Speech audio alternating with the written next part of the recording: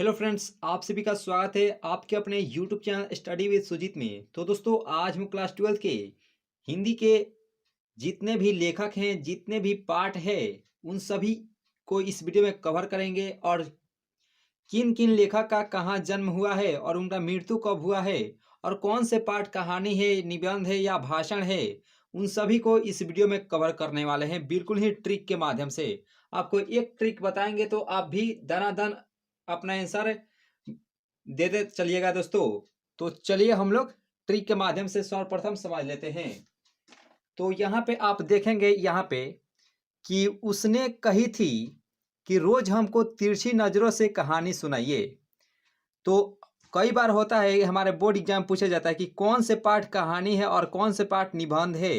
तो आपको इस वीडियो के माध्यम से फुल एंड फाइनल पता चल जाएगा। तो यहाँ पे जो ट्रिक है कि उसने कहा था कि रोज हमको तिरछी नजरों से कहानी सुनाइए, यानी कि उसने कही थी, यानी कि लड़की जो है वह अपने प्रेमी से कह रही है कि आप हमको तिरछी नजरों से कहानी सुनाइए। तो उसने कहा था हो जाएगा, और रोज और तिरछ, ये तीन जो पाठ है यह कहानी हो जाएगा दोस्तों। तो यहाँ पे तीन पाठ आपको याद हो गया कि उसने कहा था कि रोज हमको तिरछी नजरों से कहानी सुनाइए, यानी कि उसने कही थी कि रोज हमको तिरछी नजरों से कहानी सुनाइए। तो यहाँ पे उसने कहा था पाठ हो गया, और रोज कहानी हो गया, और तिरछ, ये तीनों तीन जो पाठ है हिंदी में, यहाँ पे 13 पाठ है, लेकिन यहाँ पे जो तीन पाठ दिया गया है वह कहानी है दोस्तों। और आता है कि निबंध कौन कौन से पाठ होते हैं। तो निबंध यहाँ पे देखेंगे कि यहाँ पे आप ट्रिक के माध्यम से समझेंगे कि नारी की बात हमेशा सदा गीत और एक लेख से बांधा हुआ है। यानी कहने का अर्थ है कि अभी के डेट में क्या होता है कि जो नारी होती है उनका तो बात मानना पड़ता है। तो आप यहाँ पे इस ट्रिक के माध्यम से आप कह सकते हैं कि नारी की बात हमेशा सादा गीत और लेख से बांधा हुआ है। तो आप यहाँ पे नारी से तो अर्धनारीश्वर हो जाएगा, और बात से तो बातचीत हो गया, और सदा से सदानीरा, वो सदानीरा हो जाएगा। और यहाँ पे देखेंगे कि गीत से प्रगीत और समाज हो गया, और यहाँ पे देखेंगे एक लेख और एक पत्र। ये जो जितना है वह बंधा से हो जाएगा निबंध। ये सभी निबंध है दोस्तों। तो आप आसानी से कह सकते हैं कि अर्धनारीश्वर, बातचीत, वो सदानीरा, प्रगीत और समाज, एक लेख और एक पत्र, ये सभी निबंध है दोस्तों। तो यहाँ पे कितने पाठ का क्लियर हो गया हमें? यहाँ पे तो 3 और यहाँ पे 5, यानी कि 8 पाठ हमें मालूम चल गया कि कौन से कहानी है और कौन से निबंध है। तो इसी ट्रिक को आप अपने कॉपी पर जरूर उतार लीजिएगा इसे। और यहाँ पे जो आप बोर्ड पर देख रहे हैं ये सभी, आप एक बार स्क्रीनशॉट भी लेने का प्रयास कर लीजिए, क्योंकि स्क्रीनशॉट रहेगा तो आप कभी भी इसे पढ़ लेंगे दोस्तों। इसे भी हम लोग बिल्कुल ही आसानी से समझ पाएंगे। एक बार इस वीडियो को देख लेते हैं तो फुल एंड फाइनल आपको याद हो जाएगा। तो इतना, ये ट्रिक आपको अच्छी लगी हो तो एक लाइक जरूर कर दीजिएगा दोस्तों। और चलिए इसको भी हम लोग अच्छे से समझ लेते हैं। तो यहाँ पे देखेंगे कि 13 जो पाठ था, 13 में से तो 8 मालूम चल गया कि कौन से कहानी है और कौन से निबंध है। तो यहाँ पे एक है संपूर्ण क्रांति, जो कि भाषण है, और शिक्षा जो है वह संभाषण है, जूठन यह आत्मकथा है, और सिपाही की माँ यह एक एकांकी है, और हंसते हुए मेरा अकेलापन ये डायरी है दोस्तों। तो इसे भी हम लोग आसानी से समझ लिए। और एक क्वेश्चन पूछा जाता है बोर्ड एग्जाम में कि किनका जन्म कहाँ हुआ था। तो यहाँ पे हम लोग उत्तर प्रदेश के बारे में जानेंगे कि उत्तर प्रदेश में किन किन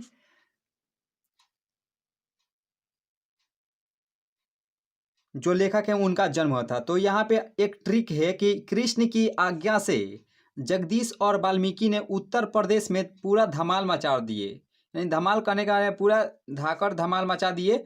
तो यहाँ पे आप देख सकते हैं कि कृष्ण कृष्ण किनका, यानी कि बाल कृष्ण भट्ट, और यहाँ पे आज्ञा यानी कि अज्ञे जी, और जगदीश चंद्र माथुर यानी कि जगदीश, और यहाँ पे वाल्मीकि ओम प्रकाश वाल्मीकि, और यहाँ पे धमाल यानी कि अयज्ञ यानी कि मलयज्ञ। तो यहाँ पे ये जो 5 हैं, तो 5 का जन्म उत्तर प्रदेश में दोस्तों हुआ था। तो आप आसानी से यहाँ पे इस ट्रिक को ले लीजिए कि कृष्ण की आज्ञा से जगदीश और वाल्मीकि ने उत्तर प्रदेश में पूरा धमाल मचा दिया, यानी कि गार्दा गार्दा उड़ा दिए।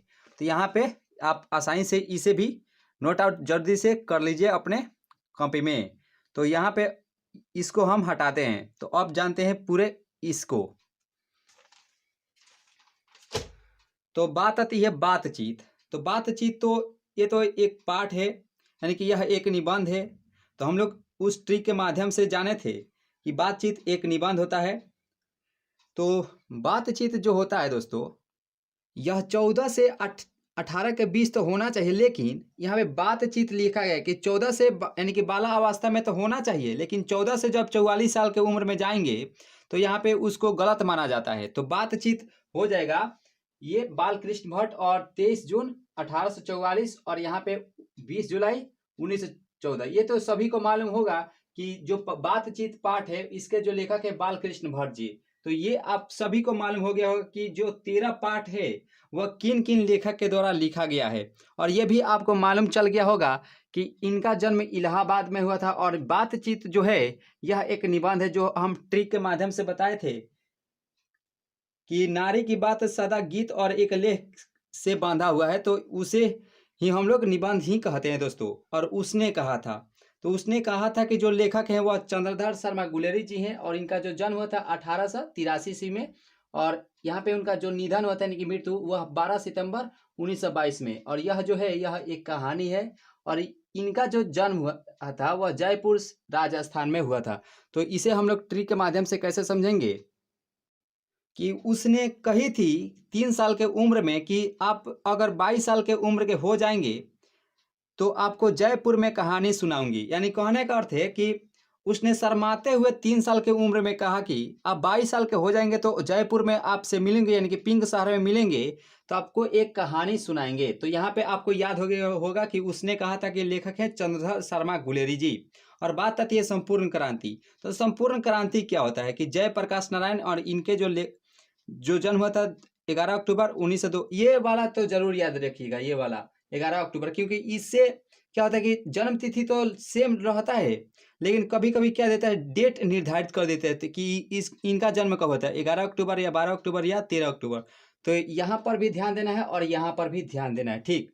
और ज़्यादातर जन्म तिथि में पूछा जाता है इसका डेट निर्धारित करना, ये वाला शब्द। तो ये आपको जरूर मालूम होना चाहिए। इसे आप स्क्रीनशॉट भी अच्छे से ले लीजिए दोस्तों, क्योंकि ये आप देखते रहिएगा परीक्षा से पहले तो आपको फुल एंड फाइनल याद हो जाएगा। यानी कि इससे बाहर अभी एक भी प्रश्न उत्तर नहीं छूटेगा दोस्तों।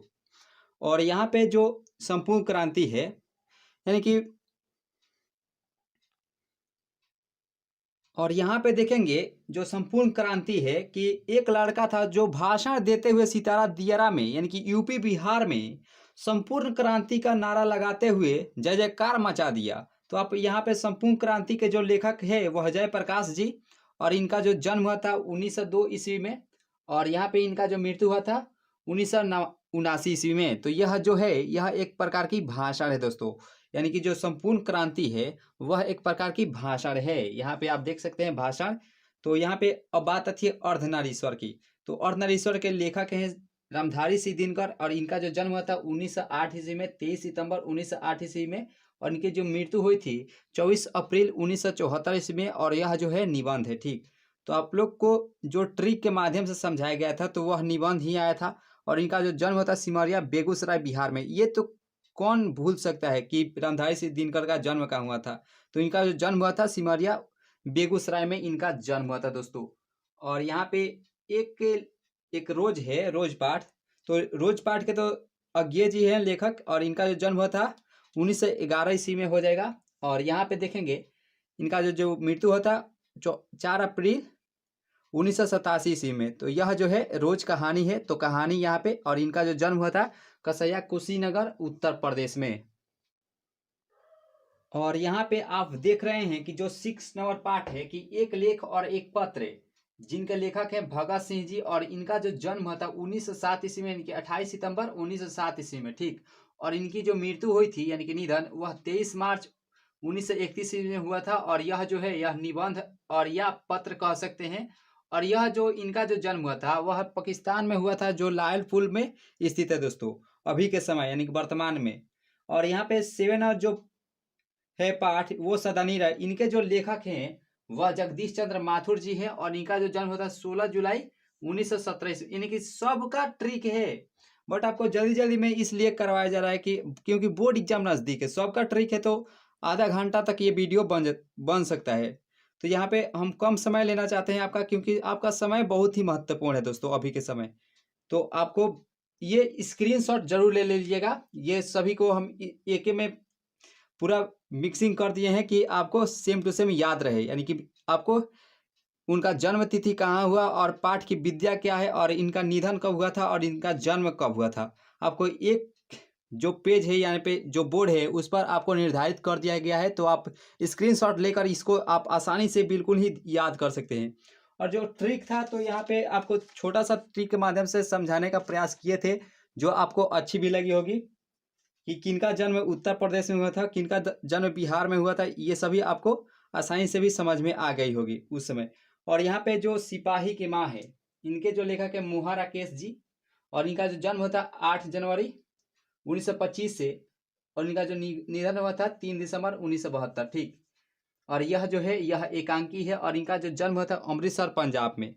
और एक जूठन पाठ है, वह उनके जो लेखक है ओम प्रकाश वाल्मीकि जी, जिनका जन्म 30 जून 1950 यानी कि इनका अभी मृत्यु नहीं हुआ है, तो यहाँ पे 30 जून 1950 में इनका जन्म हुआ था। यह जो जूठन पाठ है, इनके जो पाठ की विद्या है वह आत्मकथा यानी कि आत्मकथा, और इनका जो जन्म हुआ था बरला मुजफ्फरपुर नगर, यह जो कि यूपी में पड़ता है।